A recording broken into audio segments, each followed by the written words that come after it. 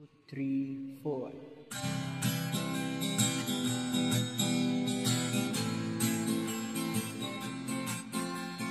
Isip ng mga tao ngayon ay gulong-gulo, sarami ng problema. Ang bayan ko, imbes na umaon, ay tila lumulubog ito dahil sa ibang mga walang silbing politiko. Panayang tayo ni Juan, pero kalang pa rin ang tiyan. Ngunit sa mga gahaman, di nila pansin yan.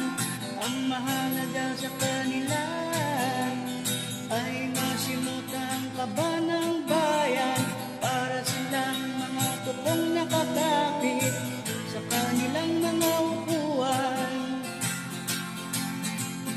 Kailan pa kaya makakabago ng bayan ko kung may mga ganito utangin ng politiko? Walang pakialam sa bayan. Ang mga kupal na to, mga mata ay sarado, mga tenga ay barado. Maawa naman kayo sa kapwa nyo Pilipino.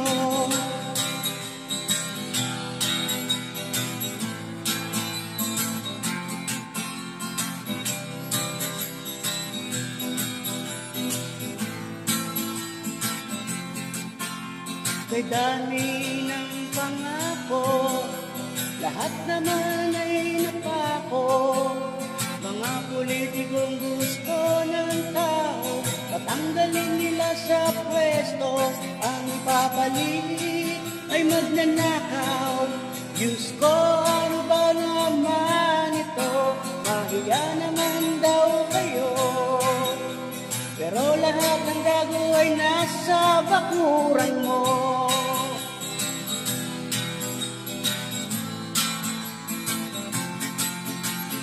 Kailan pa kaya kakabago ng bayan ko kung may mga ganito utangin ng politiko?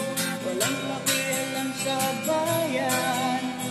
Ang mga kupal na to, mga mata ay sarado, mga tenga ay barado.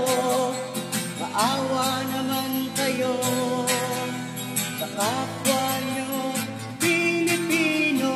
Kailan pa kaya makakabago ng bayan ko kung may mga ganito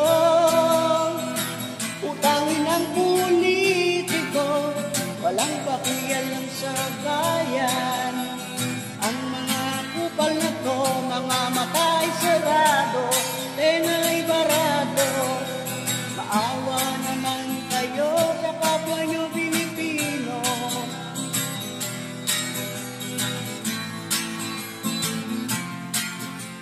Maawa naman kayo